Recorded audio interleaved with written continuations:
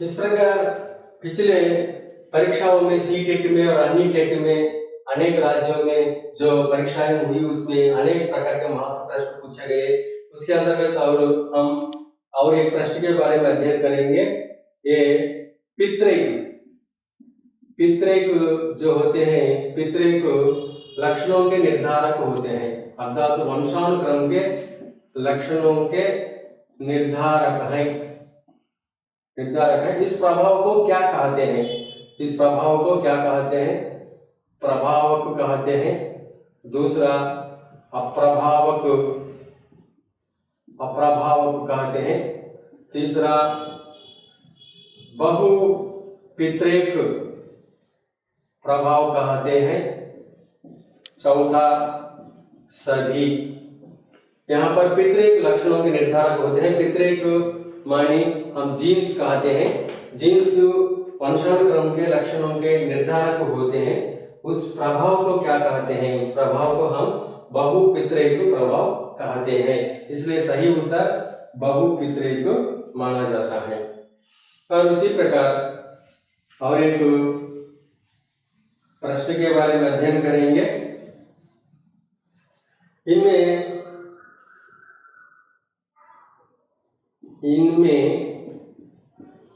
बेमेल सूची क्या है? बेमेल सूची है एक मूल शक्तियां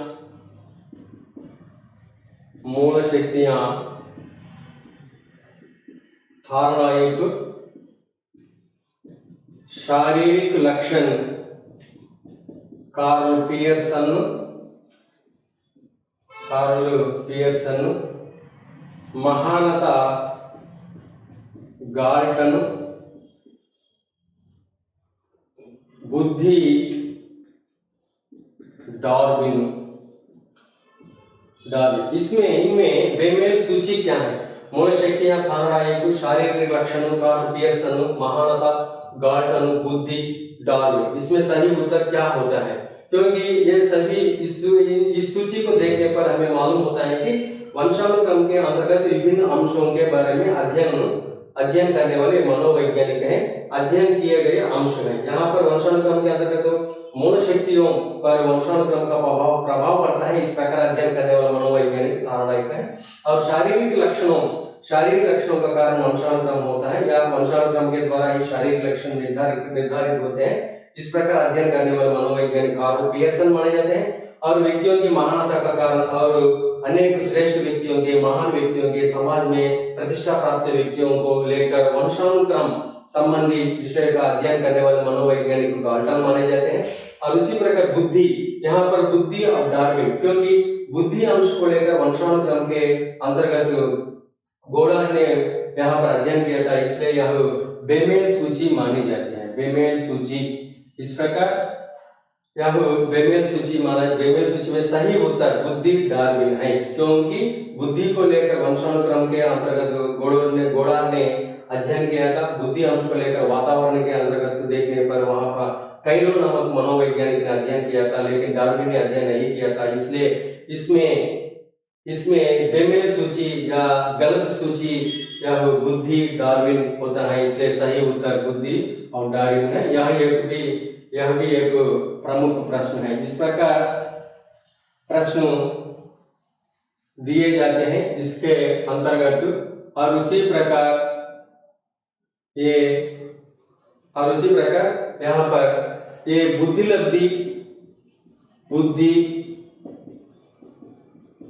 बुद्धि संवेग, अभिवृत्ति,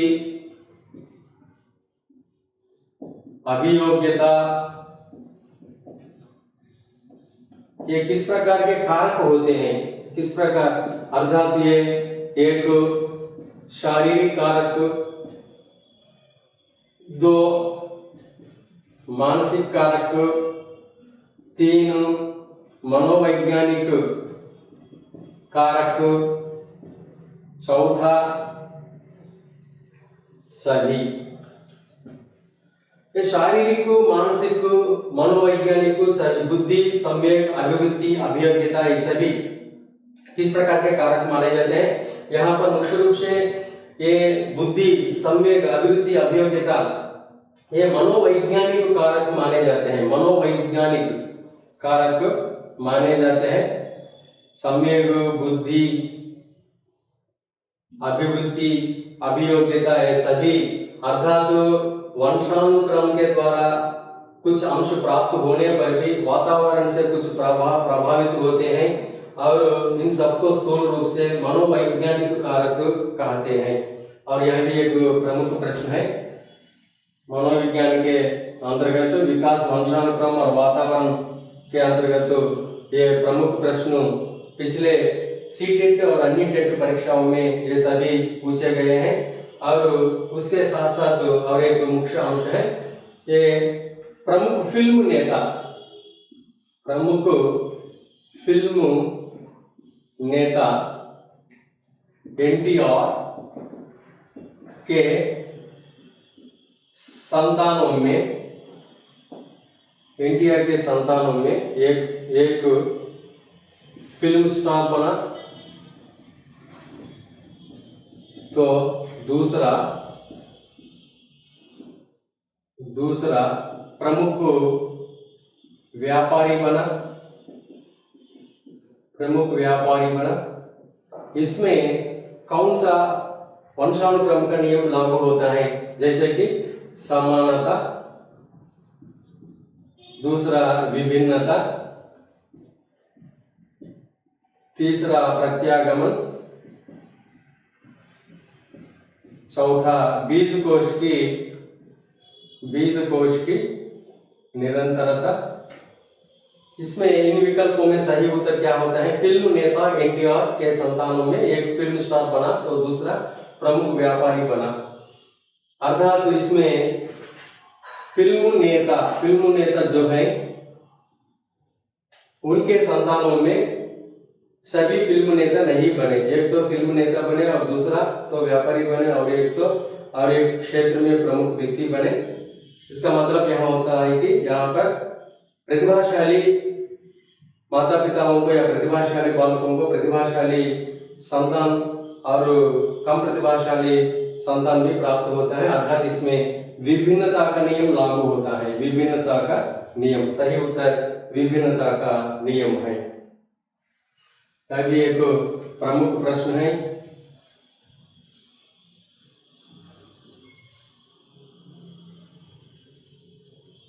और इसी प्रकार ये संयुक्त बीजकोश में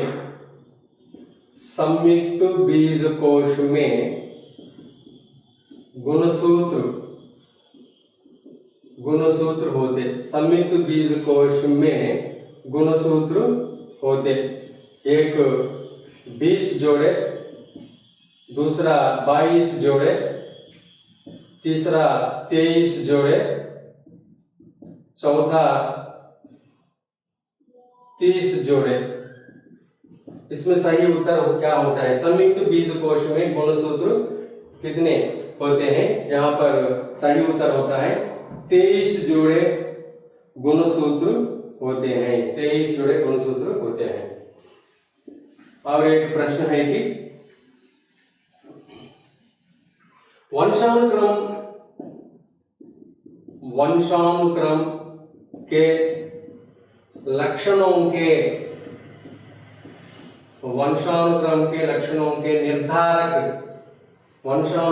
लक्षणों के निर्धारक निम्न में से एक माता, दूसरा पिता, तीसरा पितृक, चौथा गुणसूत्र। वंशानुक्रम के लक्षणों के निर्धारक क्या होते हैं? अर्थात वंशानुक्रम मानी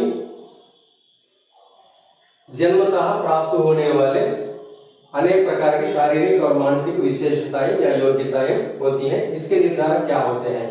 वैज्ञानिक दृष्टि से देखने पर हमने अध्ययन किया है कि एक संयुक्त बीजकोश, उसके अंतर्गत गुणसूत्र और वहां पर गुणसूत्र के ऊपर ये पितृक होते हैं। पितृक मूल रूप में विशिष्ट गुणों के या विभिन्न वंशानुक्रम से प्राप्त होने वाले गुणों के निर्धारक माने जाते हैं। इसलिए सही उत्तर यहाँ पर पितृत्व माना जाता है। पितृत्व का सही उत्तर है। यह भी एक प्रमुख प्रश्न है। इस प्रकार सीटेट और विभिन्न राज्यों में होने वाली परीक्षाओं में अनेक प्रकार के विकास संबंधी और उसी प्रकार वंशानुक्रम वातावरण संबंधी प्रश्न पूछे जाते हैं। और विकास संबंधी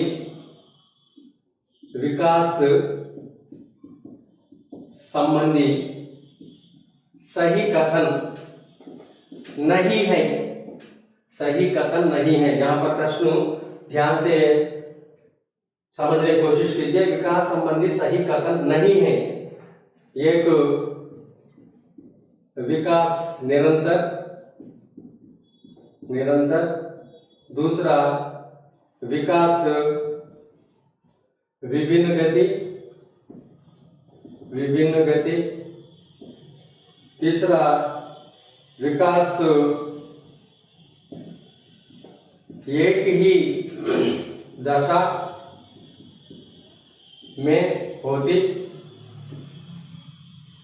चौथा विकास को अंदाजा किया जाता। इस प्रकार 4 प्रकार के विकल्प है। विकास संबंधी सही कथन नहीं है। यहाँ पर सही कथन है नहीं, सही कथन नहीं है। इसलिए विकास संबंधी सही कथन नहीं है। विकास निरंतर, अर्थात विकास निरंतर चलने वाली प्रक्रिया है। विकास जन्मतः आजीवन चलने वाली, जन्म से लेकर आजीवन चलने वाली प्रक्रिया। और भी सूक्ष्म दृष्टि से देखने पर गर्भाधारण के समय से भी विकास की प्रक्रिया शुरू होती है। इस प्रकार हमने विकास के अंतर्गत अध्ययन किया है, इसलिए यह विकास संबंधी सही कथन माना जाता है। दूसरा क्या है? विकास की विभिन्न गति। विकास की विभिन्न गति माने विकास विभिन्न गतियों में होता है। यहाँ पर विकास जन्मतः विकास जैसा होता है उसी के अनुरूप में विकास आगे चलता रहता है। कोई शिशु का भार अधिक होता है, कोई शिशु का भार कम होता है, कोई शिशु नाटा होता है, कोई शिशु मोटा होता है। इस प्रकार विभिन्न गति में विकास होता रहता है। यह भी सही कथन हो सकता है।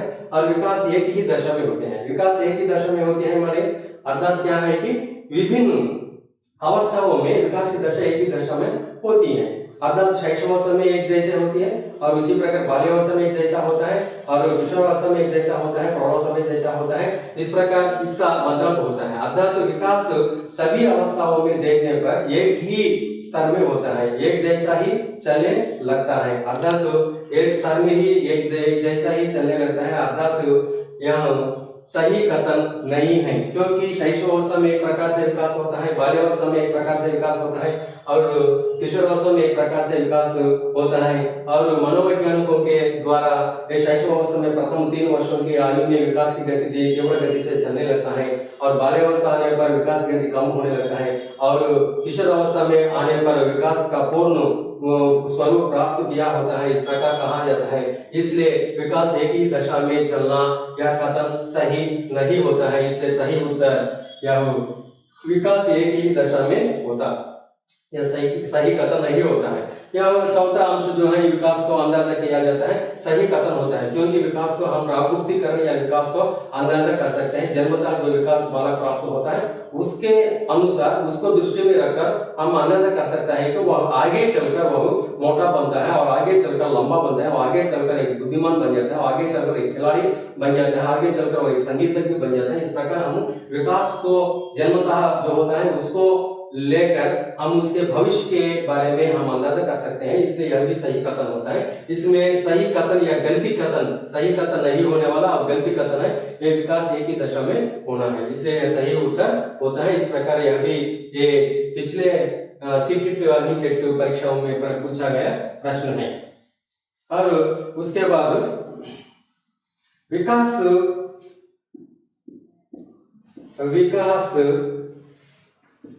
दिशा संबंधी सही कथन नहीं, विकास दिशा संबंधी सही कथन नहीं। एक विकास सिर पैर, दूसरा विकास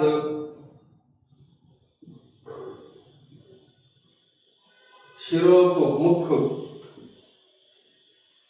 तीसरा विकास सिर, नेत्र, हाथ, पैर। चौथा विकास चौड़ा होता।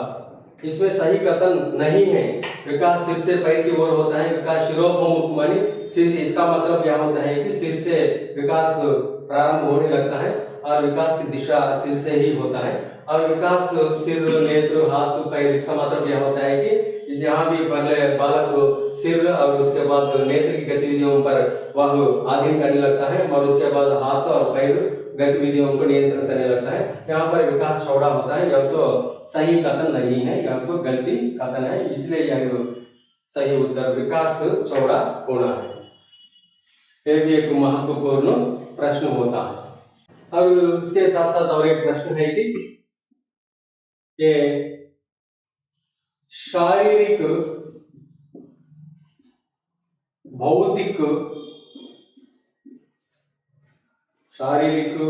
भौतिक, बुद्धि, मानसिक से संबंधित अंश क्या है? एक वातावरण, दूसरा वंशानुक्रम, तीसरा जैविक वातावरण,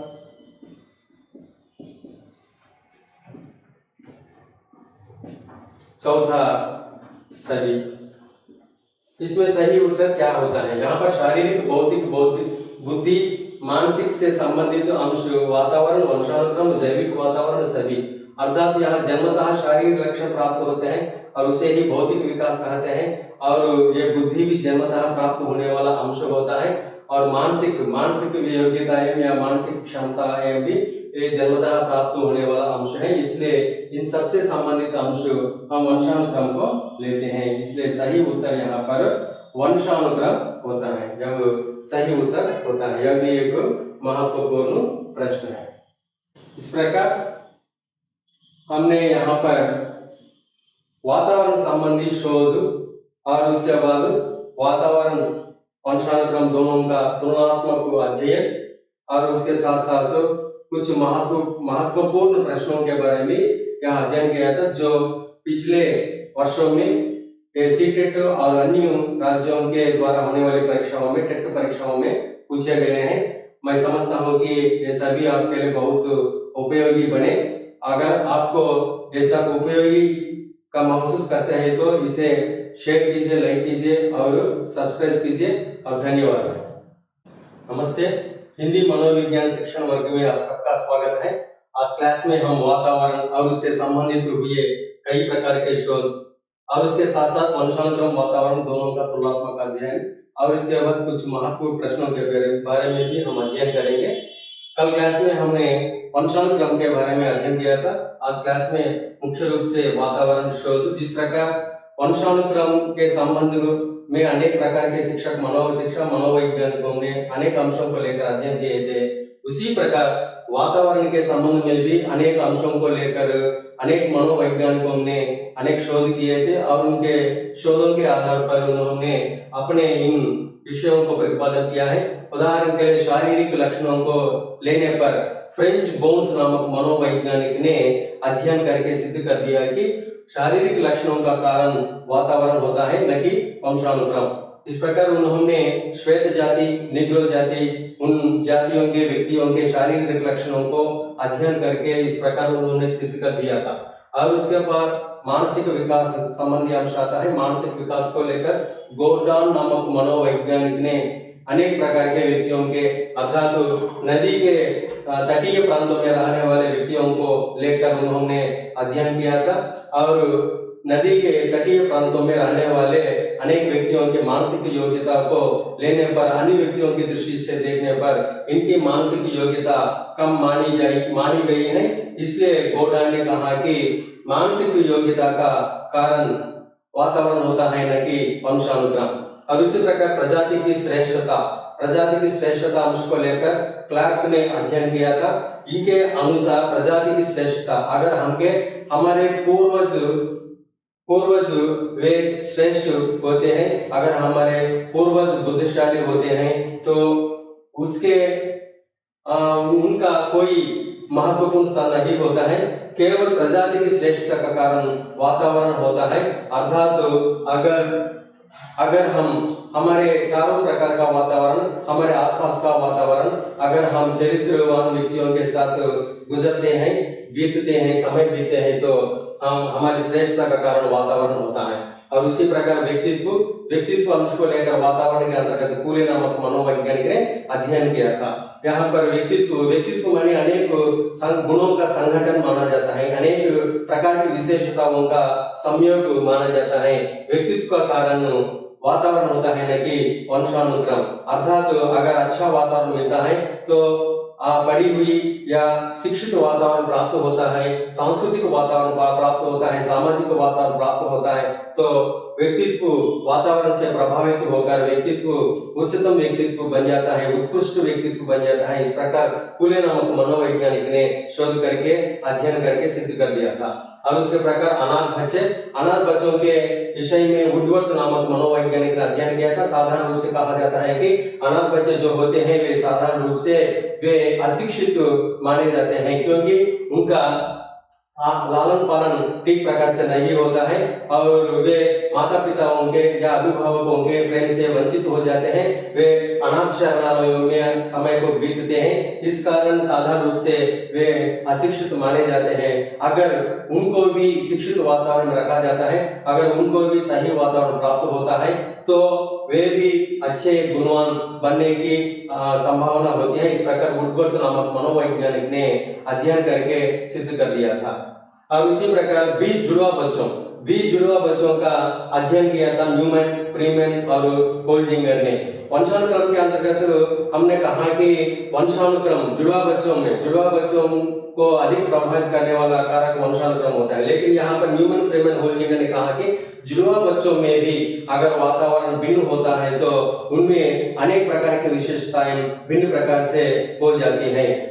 जन्मतः जुड़वा बच्चे अनेक प्रकार की समानताएं प्राप्त करके आते हैं। अगर उनको अलग अलग वातावरण में रखा जाता है, अगर अलग अलग वातावरण उनका पालन पोषण किया जाता है तो वातावरण का प्रभाव उन पर पड़ता है और उससे प्रभावित होकर उस वातावरण के अनुकूल व्यक्ति ही बन जाते हैं। अगर शिक्षित वातावरण प्राप्त होता है वे शिक्षित बन जाते हैं, अगर अशिक्षित वातावरण प्राप्त होता है तो वे अशिक्षित बन जाता है। इस प्रकार न्यूमैन, फ्रीमैन, होल्जिंगर नामक मनोवैज्ञानिकों ने इस विषय को लेकर उन्होंने अध्ययन किया था। 20 जुड़वा बच्चों को उन्होंने अध्ययन किया था। उनमें एक जुड़वा बच्चे मिलरेथ एवं रूथ, एक जुड़वा बच्चे। इस प्रकार मिलरेथ, रूथ और अन्य 9 जुड़वा बच्चों को लेकर न्यूमैन, फ्रीमैन, होल्जिंगर ने वातावरण के अंतर्गत अध्ययन किया था। अर्थात तो जिस प्रकार का वातावरण प्राप्त होता है उसी के अनुरूप वे बालक बन जाते हैं, उसी के अनुरूप उसमें अनेक प्रकार के मानसिक गुणों का विकास होता है। इस प्रकार न्यूमैन, फ्रीमैन, होल्जिंगर ने कहा। और उसी प्रकार ये मुख्य रूप से W.C. बार्टलेट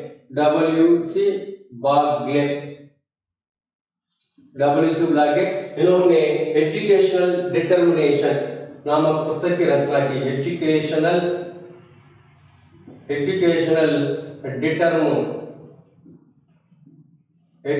डिटर्मिनिज्म एक पुस्तक की रचना भी की थी। उस पुस्तक में उन्होंने कहा कि पाठशाला या विद्यालय की जो सुविधाएं होती हैं उन सुविधाओं का बालकों पर अधिक प्रभाव पड़ता है। अगर पाठशाला के पाठशाला की सुविधाएं, पाठशाला का वातावरण, विद्यालय का वातावरण सुचारू रूप से होता है तो वहाँ का वातावरण साफ सुथरा होता है तो वहाँ का वातावरण पूर्ण रूप से सामाजिक सांस्कृतिक होता है तो बालकों पर उसका सकारात्मक प्रभाव पड़ता है। इस प्रकार विद्यालय संबंधी वातावरण का बालक के विकास का प्रभाव अविभाज्य होता है।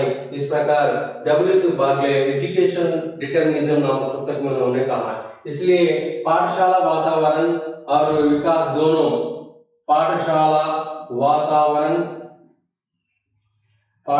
वातावरण और विकास अविभाज्य होता है। अविभाज्य अर्थात अलग नहीं किया जाता है। पाठशाला के वातावरण का प्रभाव बालक के विकास पर अधिक पड़ता है। इसका समर्थक प्रमुख मनोवैज्ञानिक डब्ल्यू बागले थे।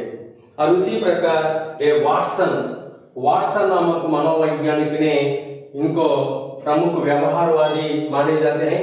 वाटसन नामक मनोवैज्ञानिक ने कहा कि अगर मुझे एक बच्चा मेरे हाथ में सौंप देते हैं तो उस बच्चे को आप जैसे चाहते हैं उसी के अनुरूप मैं बना सकता हूं, इस प्रकार उन्होंने कहा। और वे प्रमुख व्यवहारवादी भी माने जाते हैं। व्यवहारवादी माने जाते हैं वाटसन। अगर उन्होंने कहा कि 12 नवजात शिशुओं को मुझे देने पर मैं उन्हें इंजीनियर बना सकता हूं या वकील बना सकता हूं या डॉक्टर बना सकता हूं या उन्हें चोर बना सकता हूं या उन्हें वैज्ञानिक भी बना सकता हूं। इस प्रकार वाटसन नामक मनोवैज्ञानिक ने कहा है। ये प्रमुख व्यवहारवादी माने जाते हैं। इस प्रकार वातावरण के अंतर्गत अनेक प्रकार के मनोवैज्ञानिकों ने अनेक अंशों को लेकर उन्होंने अध्ययन किया था। और उसी प्रकार मुख्य रूप से बुद्धि अंश को लेकर भी अध्ययन किया गया था। जिस प्रकार वंशानुक्रम के अंतर्गत बुद्धि अंश को लेकर अध्ययन किया गया, उसी प्रकार वातावरण में भी बुद्धि अंश को लेकर काइडोल नामक मनोवैज्ञानिक ने अध्ययन किया था। बुद्धि अंश को लेकर वातावरण के अंतर्गत काइडोल नामक मनोवैज्ञानिक ने अध्ययन किया था। इन्होंने रॉयल सोसाइटी और विज्ञान अकादमी और रॉयल अकादमी, इन 3 संस्थाओं के सदस्यों के वंशजों का अध्ययन करके सिद्ध कर दिया कि बुद्धि विकसित होने का प्रमुख कारण वातावरण होता है, न कि वंशानुक्रम होता है। क्योंकि रॉयल सोसाइटी और विज्ञान अकादमी और रॉयल अकादमी संस्था के जो भी सदस्य थे, उन सदस्यों लगभग ज्यादा से ज्यादा वे शिक्षित लोग थे, अवकाश प्राप्त अनेक क्षेत्रों में प्रतिष्ठित व्यक्ति थे। और उसी प्रकार उन्हें सरकार की ओर से भी प्रोत्साहन मिलता था। इस कारण उनके वंशों की बुद्धिलब्धि भी उच्च स्तर मानी गई है। इस प्रकार काइडोल नामक मनोवैज्ञानिक ने कहा है। और उसी प्रकार प्रजाति की श्रेष्ठता, इस प्रकार अनेक अंशों को लेकर वातावरण के अंतर्गत अध्ययन किया गया था। और उसके बाद हम वातावरण में वंशानुक्रम और वातावरण दोनों का तुलनात्मक अध्ययन करेंगे। वंशानुक्रम, वातावरण। अब तक हमने वंशानुक्रम और वातावरण को लेकर कुछ मनोवैज्ञानिकों ने वंशानुक्रम को अधिक महत्व दिया, कुछ मनोवैज्ञानिकों ने वातावरण को अधिक महत्व दिया। लेकिन यहाँ पर हम तुलनात्मक अध्ययन करेंगे। आधुनिक काल में मनोवैज्ञानिकों ने ना तो वंशानुक्रम को अधिक महत्व दिया है और ना ही वातावरण को अधिक महत्व दिया है। उन्होंने कहा कि वंशानुक्रम और वातावरण दोनों का संयुक्त प्रभाव बालक के ऊपर पड़ता है। अगर वंशानुक्रम एक नींव के समान होता है तो वातावरण एक निर्माण हो सकता है। अगर वंशानुक्रम एक बीज के समान होता है तो वातावरण मिट्टी का जमीन होता है। अगर वंशानुक्रम पूंजी के समान होता है तो वातावरण उस पूंजी का सदुपयोग करने का एक मौका माना जाता है। अगर वंशानुक्रम एक इंजन माना जाता है तो एक गाड़ी के लिए वातावरण पेट्रोल माना जाता है। और उसी प्रकार वंशानुक्रम आत्मा माना जाता है तो वातावरण शरीर माना जाता है। इस प्रकार वंशानुक्रम और वातावरण दोनों के संबंध को अलग नहीं किया जा सकता है। इस प्रकार आधुनिक काल के मनोवैज्ञानिकों ने अपने विचार को प्रकट किया है। इसलिए तुलनात्मक अध्ययन के संबंध में तुलनात्मक अध्ययन वंशानुक्रम और वातावरण दोनों के, वंशानुक्रम और वातावरण, वंशानुक्रम पूंजी होता है तो वातावरण विनियोग करने का विनियोग करने का मौका माना जाता है। वंशानुक्रम एक घर की नींव या किसी इमारत की नींव माना जाता है तो वातावरण निर्माण माना जाता है, और उसी प्रकार वंशानुक्रम आत्मा माना जाता है तो वातावरण शरीर माना जाता है, और उसी प्रकार वंशानुक्रम एक बीज के समान तुलना किया जाता है तो वातावरण मिट्टी का जमीन माना जाता है। वंशानुक्रम इंजन माना जाता है तो वातावरण पेट्रोल माना जाता है। इस प्रकार आधुनिक काल के मनोवैज्ञानिकों ने वंशानुक्रम और वातावरण दोनों को अधिक महत्व दिया है, दोनों को समान महत्व दिया है। यहाँ पर आधुनिक काल के मनोवैज्ञानिकों ने स्पष्ट रूप से कहा कि वंशानुक्रम के कारण जो भी लक्षण प्राप्त होते हैं उन लक्षणों का विकास वातावरण में होता है। अगर उन लक्षणों के अनुरूप वातावरण मिलता है तो उन लक्षणों का विकास गुना के रूप में होता है। इस प्रकार आधुनिक काल के मनोवैज्ञानिकों ने स्पष्ट किया है। और उसके साथ साथ इसके अंतर्गत वंशानुक्रम में मुख्य रूप से हम वंशानुक्रम के अंतर्गत प्रमुख रूप से ये शारीरिक विकास वंशानुक्रम में शारीरिक विकास को ही हम भौतिक विकास भी कहते हैं, और उसी प्रकार बुद्धि लब्धि का विकास, इसे ही हम मानसिक विकास भी कह सकते हैं। अर्थात वंशानुक्रम मुख्य रूप से शारीरिक या भौतिक विकास को प्रभावित करता है, बुद्धि या मानसिक विकास को प्रभावित करता है। और उसी प्रकार वातावरण को लेने पर वातावरण भाषात्मक विकास को अधिक प्रभावित करता है, संवेगात्मक विकास को अधिक प्रभावित करता है, नैतिक विकास को अधिक प्रभावित करता है, सामाजिक विकास को अधिक प्रभावित करता है। इस प्रकार ये भाषा संबंधी विकास या संवेगात्मक विकास, नैतिक विकास, सामाजिक विकास, ये सभी विकास वातावरण से प्रभावित होते हैं। इस प्रकार स्थूल रूप से हम वंशानुक्रम और वातावरण के संबंध में कहते हैं। और इसके साथ साथ कुछ मनोवैज्ञानिकों ने वंशानुक्रम और वातावरण दोनों को लेने पर किसको अधिक महत्व देते हैं कि वंशानुक्रम को ही अधिक महत्व देते हैं। इस प्रकार ये वंशानुक्रम और वातावरण दोनों का तुलनात्मक अध्ययन माना जाता है। अब तो ये वातावरण संबंधी शोध के बारे में पूरा हो गया और वातावरण वंशानुक्रम दोनों का तुलनात्मक अध्ययन भी पूरा हो गया।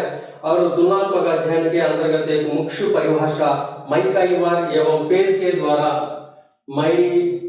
मैकाइवर एवं पेज मनोवैज्ञानिक ने कहा कि ये व्यक्ति वंशानुक्रम और वातावरण, जीवन की हर एक घटना वंशानुक्रम और वातावरण दोनों का फल होता है। जीवन की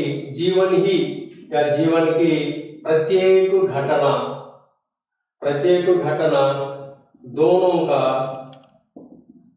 दोनों के प्रतिक्रियाओं का परिणाम स्वरूप होता है, दोनों के प्रतिक्रियाओं का परिणाम होता है। इस प्रकार मैकाइवर एवं पेज ने कहा, अर्थात दोनों का अर्थ यहाँ पर वंशानुक्रम और वातावरण है। और उसी प्रकार वुडवर्थ नामक मनोवैज्ञानिक ने कहा कि ये वंशानुक्रम और वातावरण दोनों का प्रभाव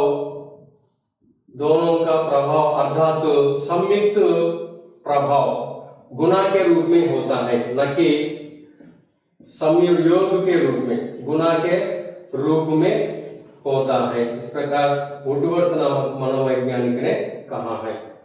इसलिए ये मनोविज्ञान के अंतर्गत वंशानुक्रम और वातावरण दोनों का तुलनात्मक अध्ययन है। अब हम वंशानुक्रम वातावरण और वंशानुक्रम और विकास सबके संबंध में कुछ महत्वपूर्ण प्रश्नों का भी अध्ययन करेंगे, क्योंकि ये सी-टेट और टेट परीक्षा में भी इनसे संबंधित कुछ महत्वपूर्ण प्रश्न पूछे जाते हैं। पिछले सी-टेट में एक महत्वपूर्ण प्रश्न पूछा गया कि निम्न में से कौन सा अंश वंशानुक्रम के अंतर्गत आता है। वहां पर विकल्प के रूप में विचार शैली और सामाजिक कार्य में भाग लेना और अभिवृद्धि, आंखों का रंग, इस प्रकार एक प्रश्न पूछा गया है।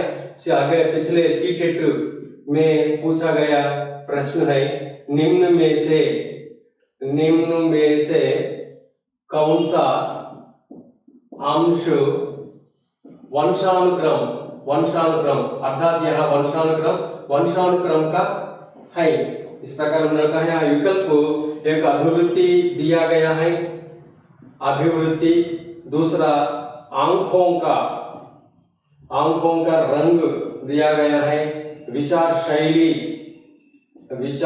दिया गया है, और एक विकल्प के रूप में सामाजिक कार्य। ये पिछले सीटेट में पूछा गया प्रश्न है, निम्न में से कौन सा अंश वंशानुक्रम का होता है? एक अभिवृद्धि, दूसरा आंखों का रंग, तीसरा विचार शैली और चौथा सामाजिक कार्य। अभिवृद्धि माने यहाँ पर हम एटीट्यूड कहा जाता है, और आंखों का रंग है विचार शैली माने विचार करने की तरीका जो है उसे विचार की शैली कहते हैं। अनेक प्रकार से चिंतन करने की शैली को भी विचार शैली कहा जाता है। व्यक्ति किसी एक विषय के बारे में अनेक प्रकार के विचार उसके मस्तिष्क में आते रहते हैं, उसे विचार शैली कहा जाता है। सामाजिक कार्य में भाग लेना। यहाँ पर सही उत्तर होता है कि आंखों का रंग, यह सही उत्तर होता है। पिछले सीटेट में पूछा गया एक महत्वपूर्ण प्रश्न है। और उसी प्रकार और एक प्रश्न भी पूछा गया है, व्यक्ति का जीवन इससे प्रारंभ होता है। जीवन इससे प्रारंभ होता है। इसके अंतर्गत बहुविकल्पों में एक गुणसूत्र दिया गया है, गुणसूत्र, और दूसरा पितृक दिया गया है, और तीसरा एक कण दिया गया है, और चौथा कोई नहीं विकल्प दिया गया है। यहाँ पर जीवन इससे प्रारंभ होता है, किसी भी व्यक्ति का जीवन इससे प्रारंभ होता है, शिशु का जीवन इससे प्रारंभ होता है। इसके अंतर्गत हमने पिछले अध्याय में अध्ययन कर चुके कि किसी भी बालक के जीवन का प्रारंभ एक कण से प्रारंभ होता है। उस कण को ही संयुक्त बीज कोश कहते हैं। संयुक्त बीज कोश एक कण के रूप में होता है। कण के अंतर्गत गोलाकार का जो रूप होता है उसे केंद्र कहते हैं। इसलिए यहाँ पर मुख्य रूप से एक कण सही उत्तर होता है, एक कण, क्योंकि एक कण जो है वही संयुक्त बीज कोश है, उसके अंतर्गत गुणसूत्र, पितृक आदि होते हैं। इसलिए यहाँ तो सही उत्तर ना तो गुणसूत्र होता है, ना तो पितृक होता है, और ना तो कोई नहीं होता है, एकमात्र एक कण होता है। किसी भी शिशु के जीवन का प्रारंभ एक कण से प्रारंभ होता है। यह भी एक महत्वपूर्ण प्रश्न पिछले सीटेट में पूछा गया है। और उसी प्रकार विकास को प्रभावित करने वाले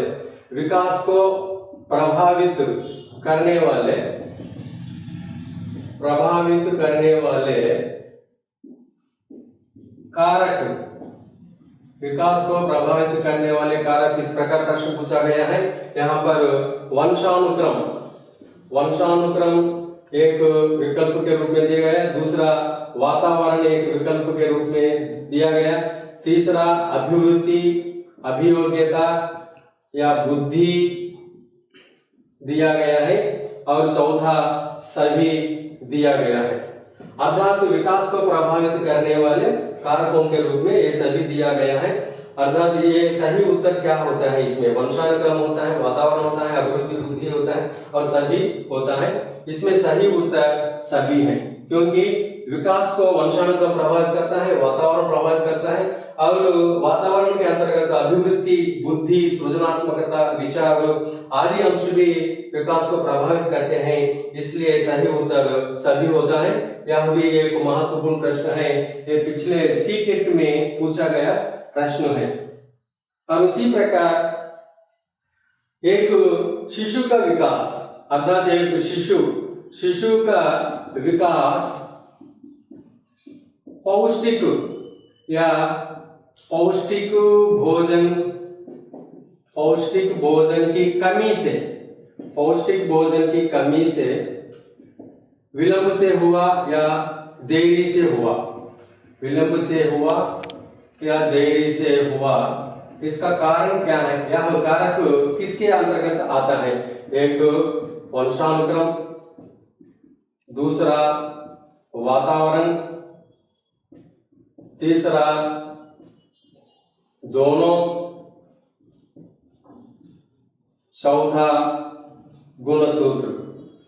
इस प्रकार विकल्प दिए गए हैं। शिशु का विकास पौष्टिक भोजन की कमी से देरी से हुआ है, अर्थात तो जन्मतः शिशु का विकास कैसे हुआ?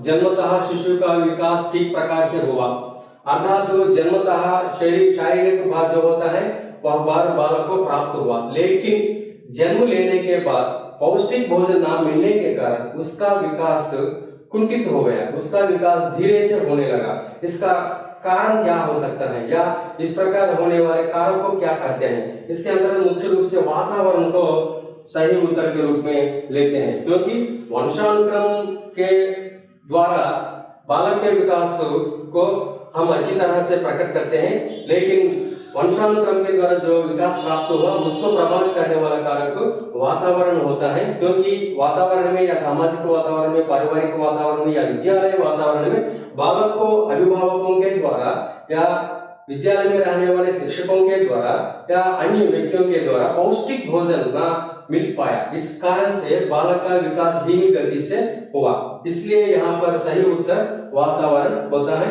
इस प्रकार यह भी एक महत्वपूर्ण अंश है। यह प्रश्न पिछले सीटेट में पूछा गया है। और उसी प्रकार दो भाई हैं, दो भाइयों में दो भाई रवि राम, दो भाई रवि राम, एक खेलों में रुचि, दूसरा राम या दूसरा संगीत में रुचि दिखाने लगा। इसमें कौन सा नियम लागू होता है? इसमें कौन सा नियम? दो भाई हैं रवि और राम है उनके नाम। एक बालक को अर्थात रवि खेलों में अधिक रुचि दिखाने लगता है, तो दूसरा बालक को संगीत अर्थात राम संगीत में अधिक रुचि दिखाने लगा है। इसमें वंशानुक्रम संबंधी कौन सा नियम लागू होता है? समानता का नियम लागू होता है, या विभिन्नता का नियम लागू होता है, या प्रत्यागमन का नियम लागू होता है, या बीजकोश के निरंतरता का नियम लागू होता है, या मेंडल का नियम लागू होता है? इस प्रकार विकल्प दिए गए। यहाँ पर सही उत्तर क्या होता है? दो भाइयों की रुचियां अलग अलग हैं, दो भाई की योग्यताएं अलग अलग हैं, जन्मतः प्राप्त हुई योग्यताएं अलग अलग हैं। चाहे उनके अभिभावक खिलाड़ी हो सकते हैं, चाहे उनके अभिभावक संगीतज्ञ हो सकते हैं, लेकिन यहाँ पर उनके संतानों में दो संतानों को लेने पर एक की अभिरुचि अलग अलग है। इसके अंतर्गत हम वंशानुक्रम संबंधी किस नियम को लागू कर सकते हैं? अर्थात समानता नियम को लागू नहीं किया जाता है, प्रत्यागमन तो विपरीत होता है, इसलिए विभिन्नता का नियम है। सही उत्तर विभिन्नता का नियम होता है। इस प्रकार यह भी एक महत्वपूर्ण प्रश्न होता है। ये विकास संबंधी वंशानुक्रम और वातावरण के संबंध में पूछे गए प्रश्न है पिछले सीटेट में, और विभिन्न राज्यों में जो टेट परीक्षाएं हुई उनमें पूछे गए प्रश्न है ये सभी। और उसी प्रकार व्यक्तित्व को प्रभावित करने वाले कारक हैं, और एक प्रमुख प्रश्न है व्यक्तित्व को प्रभावित करने वाला अंश।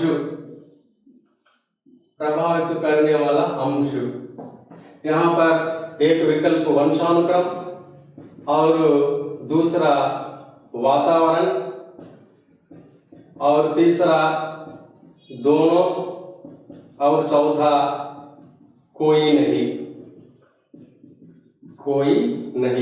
व्यक्तित्व को प्रभावित करने वाला अंश निम्न में से क्या है? वंशानुक्रम के द्वारा व्यक्तित्व का निर्माण होता है, या वातावरण के द्वारा व्यक्तित्व का, दोनों के द्वारा व्यक्तित्व का निर्माण होता है? यहाँ पर सही उत्तर क्या होता है? क्योंकि व्यक्तित्व का अर्थ क्या होता है? व्यक्तित्व अनेक गुणों का संगठन होता है। व्यक्तित्व अनेक शारीरिक और मानसिक विशेषताओं का योग होता है, जो जन्मतः प्राप्त प्रवृत्तियों के विकास के द्वारा प्राप्त होता है। इसलिए यहाँ पर वंशानुक्रम और वातावरण दोनों का संगठन रूप होता है। एक स्थूल रूप में हम कह सकते हैं कि व्यक्तित्व संबंधी अंश को वंशानुक्रम और वातावरण दोनों के संगठन रूप को या दोनों की प्रतिक्रियाओं के संगठन स्वरूप को ही हम व्यक्तित्व कहते हैं। इसलिए यहाँ पर दोनों सही उत्तर होता है, दोनों। इस प्रकार यह भी एक महत्वपूर्ण प्रश्न है जो ये पिछले टेट परीक्षाओं में यह प्रश्न भी पूछा गया है। व्यक्तित्व को प्रभावित करने वाला अंश निम्न में क्या? वंशानुक्रम, वातावरण दोनों कोई नहीं, सही उत्तर दोनों होता है। और उसी प्रकार प्रतिभाशाली अभिभावक प्रतिभाशाली है।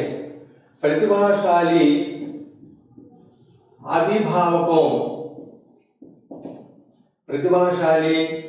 अभिभावकों के